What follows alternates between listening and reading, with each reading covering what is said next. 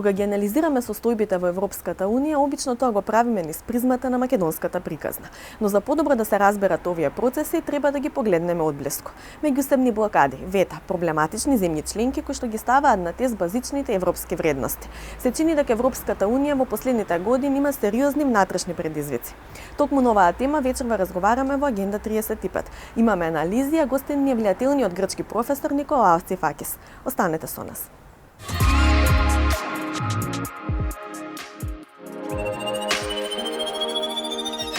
Во Агенда 35 ке гледате на каков тест ја става Европа принципот на гласање со консензус. Освен македонските интеграции, блокиране и буџетот на Унијата. Во срцето на континентот нападната е клучна европска вредност – владењето на правото. Како Брисел ќе одговори на ваквите предизвици? Интервју со Николаос Цифакис, професор од Универзитетот во Пелопонес и член на Советодавната група за политика на Балканот во Европа. Останете со нас.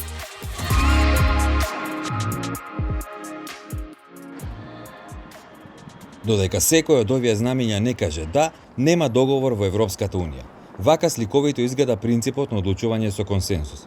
Впрочем, ние многу добро го знаеме тоа од искуство, кога и покрај неколкуте препораки за почеток на преговорите досега, наидувавме на вето од некоја од земјите членки. Прво Грција, па сега Бугарија. И секако не сме единствени. Постои долга историја на соседско сопнување на патот кон членство во ЕУ. Словенија ја блокираше Хрватска поради границата со Пиранскиот залив, па Хрватска веднаш штом стана членка на ЕУ, ги блокираше преговорите на Србија, а потоа и Бугарија го стори тоа пред 3 години заради позицијата на незиното малцинство во Србија. Ставот на Унијата е дека нерешените соседски проблеми не смеат да бидат причина за членка на ЕУ да стави вето на соседна земја која што претендира да влезе во европското семејство. Но се чини дека засега Унијата нема механизам како да ги обесхрабри и спречи ваквите еднострани активности на незините полноправни членки. Меѓутоа, последиците од правото на вето во Унијата во исто време ги почувствува и цела Европа, па и незините најмокри членки како Германија и Франција, откако се соочија со блокада при гласањето за буџетот од 1800 милиарди евра. Унгарија и Полска не гласаа за, бидејќи користењето на овие пари е условено со почитување на човековите права и владење на правото. Иако станува збор за два сосема различни случаи, суштината на ветото е иста. Не носи добро ниту на оние кои го ставаат, ниту за оние за кои важи, а носи ризик како домино ефект да ја блокира секоја понатамошна одлука која нема баш многу да ѝ се допаѓа на некоја земја членка. Овие случувања повторно ги отвораат дилемите дали и како може Унијата да се извлече од ќорсокак, односно какви внатрешни реформи ќе бидат неопходни за таа да стане функционална, каде одлуките ќе се носат дури и кога не постои апсолутно мнозинство. Поделеноста во Унијата е очигледна, особено ако се гледа низ призмата на економската моќ на поединечни земји членки, па од тука е сосема јасно што заговараа прилично гласно последните години и Макрон и Меркел, зборувајќи за Европа во повеќе брзини. Политиката на проширување која е замрзната долги години и секое придвижување напред не идува на пречки од самите земји членки, несомнено ќе остави сериозни последици на Западен Балкан. Ова е лош сигнал не само за нас, туку и за останатите земји од регионот кои чекаат влез во ЕУ, и во крајен случај и за самата Европа, имајќи предвид дека секоја европска незаинтересираност за овој дел од континентот примамува други светски играчи, чии планови не се совпаѓаат со оние на Брисел. И додека Европа делува без да делува, САД имаат појасен и подиректен став околу интегрирањето на Балканот во ЕУ. Американската амбасадорка во земјава Кейт Бернс, Стейт Департментот, па и некои советници за надворешна политика на новиот претседател Џо Бајден, јасно и гласно потенцираа дека билатералните проблеми меѓу Македонија и Бугарија треба да се држат настрана од патот на земјата до членство во Европската Унија. Владењето на правото е основен принцип на кој почива Европската Унија. Се претвори во најголема пречка за незиното функционирање. Причина? Ветото од Унгарија и Полска, поддржано од премиерот на Словенија Јанес Јанша, за најголемиот буџет досега подготвен од Европската комисија. Но како буџетскиот план на ЕУ е врзан со владењето на правото? Пакетот за справување со пандемијата и 7-годишниот буџет на ЕУ го активира и новиот механизам за владење на правото, кој ќе овозможи суспензија на фондовите на ЕУ во случај на лошо управување со европските пари или кршење на принципите на Унијата. А што всушност представува преупотребуваниот термин владење на правото? Дали е тоа листа со обврски која треба да се исполни? И зошто Унгарија и Полска не сакаат да се обврзат на новиот механизам? Европската комисија го дефинира владењето на правото на следниот начин. Додека земите членки имаат различен национален идентитет, правни системи и традиции, суштината на значењето на владење на правото е споделување на сет универзално применливи и објективни критериуми. Минатиот месец Европската комисија го представи Европскиот механизам за владење на правото. Преку него, на годишно ниво, ќе се скенираат состојбите во 4 подрачја: судскиот систем, антикорупцијската рамка, медиумскиот плурализам и системот за контрола и рамнотежа. Очекувањата се дека редовното следење на состојбите во овие области ќе спречи појава или продлабочување на проблеми со владење на правото и ќе поттикне посилна политичка и правна култура на владење на правото низ целата Унија. Злоупотребата на демократските вредности од страна на членка на Европската Унија не може да биде грижа само на една земја.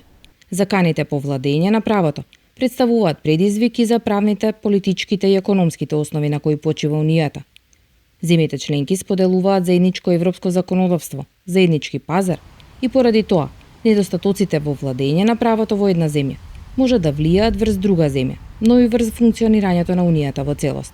Полска и Унгарија, и двете под истрага на ЕУ, првата поради мешање во независноста на судството преку судските реформи, а втората поради неуспехот да обезбеди слобода на медиумите, академијата и граѓанскиот сектор, сега се противат да бидат условувани со владење на правото.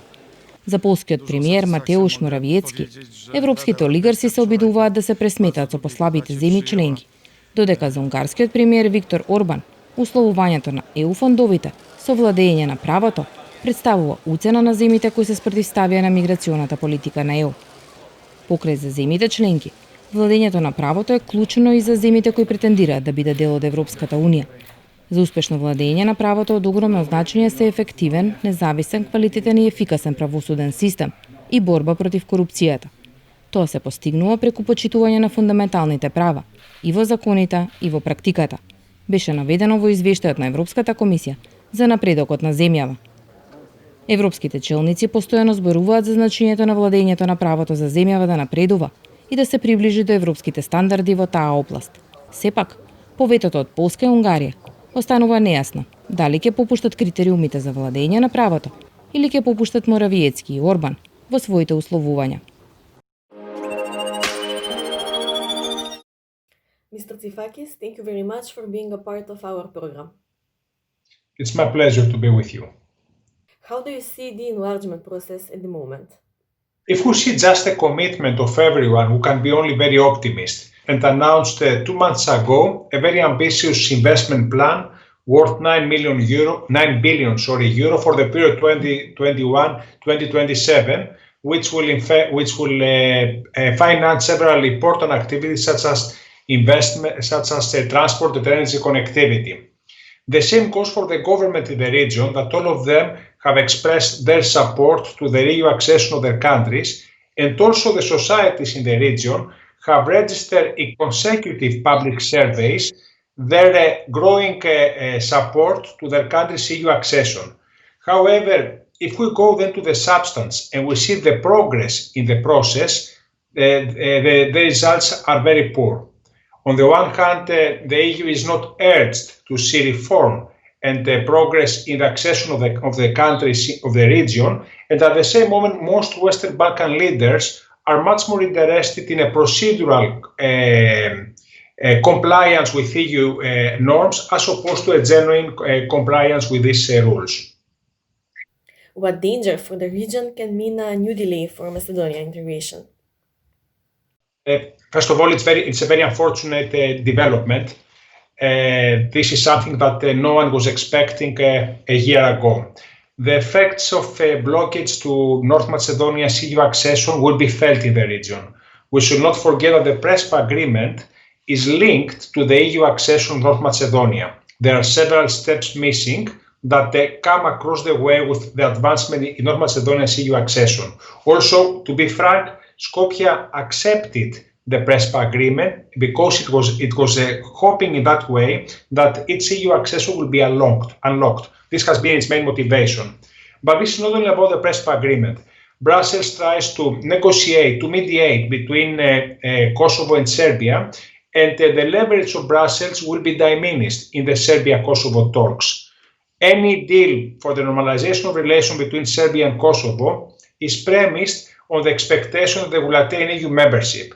If the EU membership is far away, they will have a very little incentive to reach a compromise solution. So the EU policy in the region will be that much beyond the North Macedonia's own case. And the last part that we should not forget is that the last 2-3 years we see in North Macedonia an effort to exit from this authoritarian cycle. This is something we have not noticed throughout the region. And if the EU fails to acknowledge this change of government and this change of political reforms during the last years, this would be a very negative message for the rest of the region. We hear different voices questioning the principle of consensus. Is this system of voting still sustainable?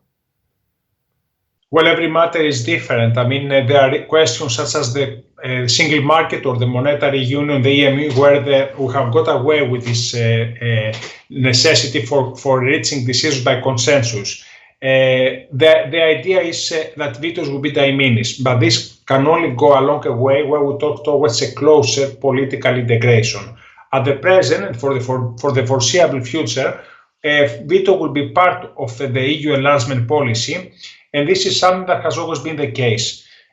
From the period of Charles de Gaulle till our days, EU members have always wanted to maintain the right to decide who will become part of the family, to decide with who they will share a common future or with who they will form ties of mutual solidarity.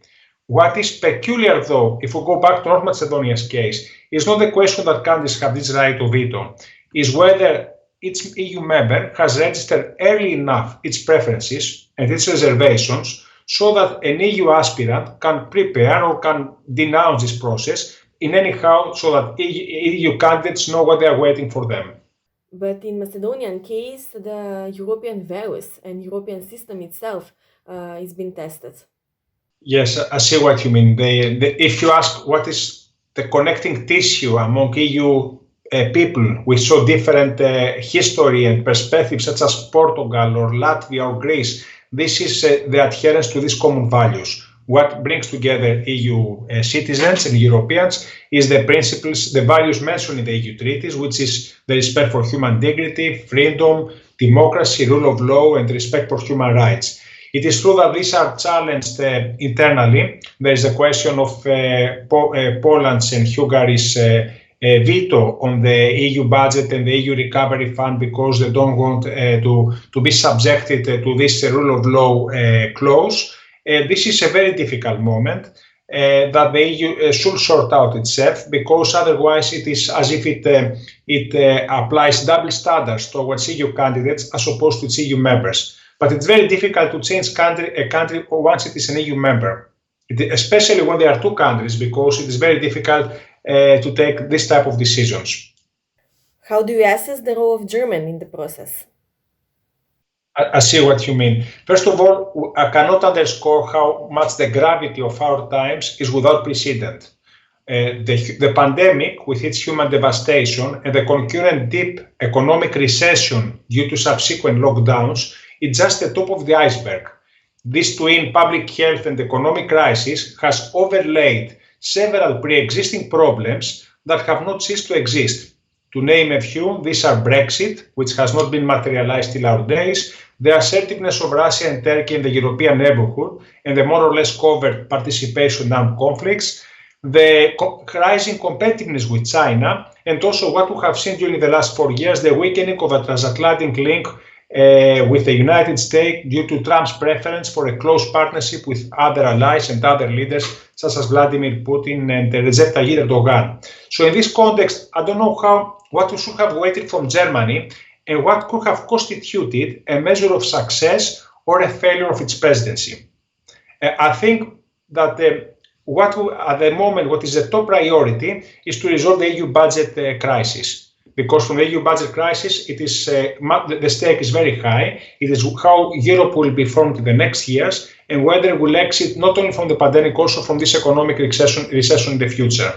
This is very unfortunate for North Macedonia's case because it's very serious what's happening.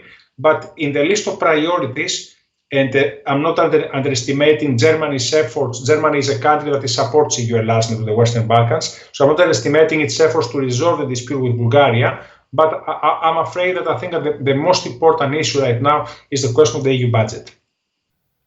You've mentioned the weakening of the relations between European Union and the United States. How the results from elections can have, what kind of effect they can have in the European politics?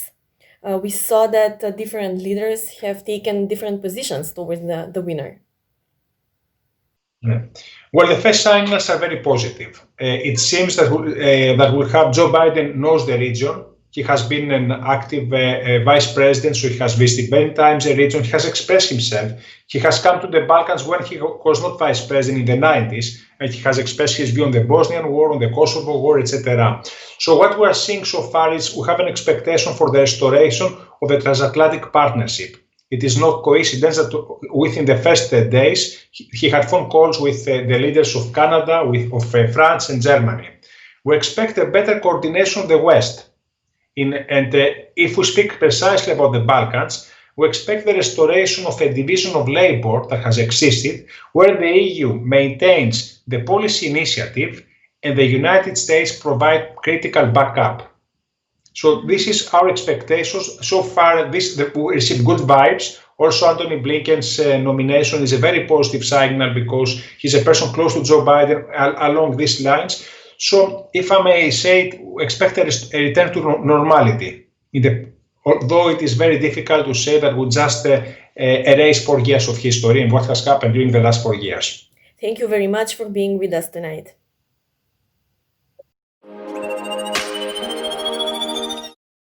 Белешката компанија Брако ја произведе првата во Европа еколошка машина за одржување хигиена во урбани средини која работи на водород.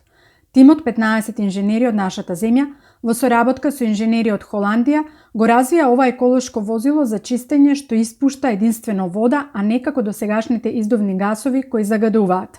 Детали за возилото кое веќе се користи во многу светски градови ни даде Иле Атанасов, директор на компанијата. Моделот е GM500H2, чиј погон работи на најчисто гориво хидроген, односно водород. Холандските градови Амстердам, Утрехт и Ротердам се први кои ќе одржуваат хигиената со овие еколошки возила произведени во Велес, кои испуштаат вода наместо издувни гасови и не загадуваат. Па така, интерес за новата еколошка машина за одржување на хигиена во урбани средини има и од САД, Велика Британија, Јапонија и останатите скандинавски земји. Во што всушност се состои иновативноста на овие возила? Овде се користи како гориво чист водород и со помош на кислородот од околната средина се генерира електрична енергија која ги напојува електромоторите и ги задвижува сите работни функции. Вредно да се напомене дека во овој случај користиме најсовремена технологија, последна генерација на горивна келија, која што има способност во реално време електричната енергија што ќе ја произведе директно да се испорача до електромоторите и да ги задоволи сите потреби на потрошувачите. Велешки Брако е една од технолошки најнапредните компании кај нас, која 95% од производството го извезува во 30 земји широм светот. 14 милиарди евра им исплати Европската комисија на 9 држави членки на ЕУ, како дел од втората рата од финансиската помош во рамки на Европскиот инструмент за привремена поддршка заради намалување на ризикот од невработеност кон воредната ситуација која ја предизвика пандемијата на COVID-19. На Хрватска се исплатени 510 милиони евра, Словенија 200 милиони евра, Грција 2 милиарди евра и Кипар 250 милиони евра. Потоа на Италија и Шпанија им се исплатени дополнителни 6,5 милиарди евра, односно 4 милиарди евра соодветно. На Латвија 120 милиони евра, Литванија 300 милиони евра и Малта 120 милиони евра.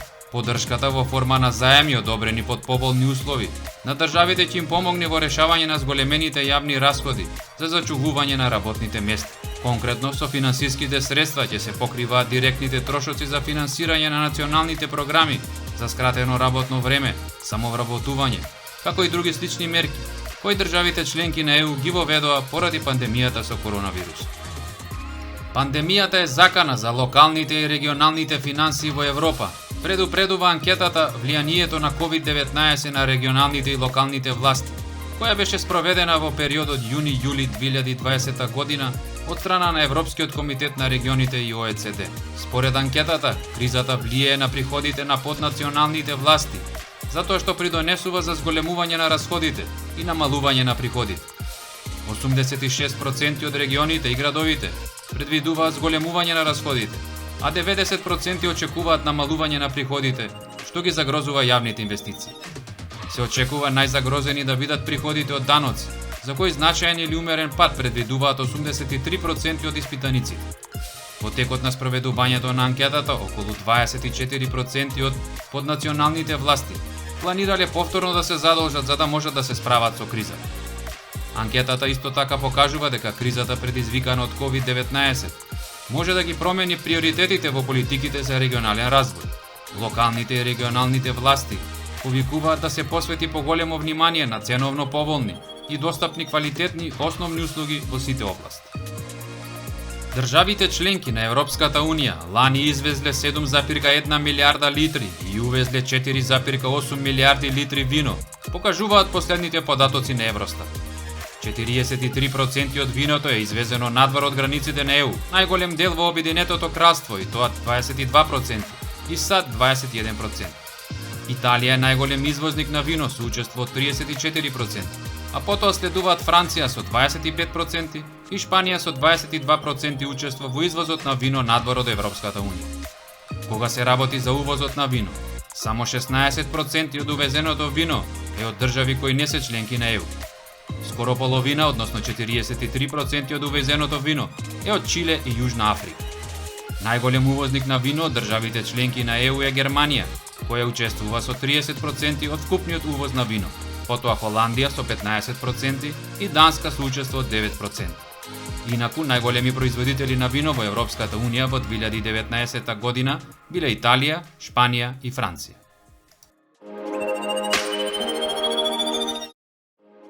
Во архивите на државите членки на Европската Унија има безброј документи за животот во минатото.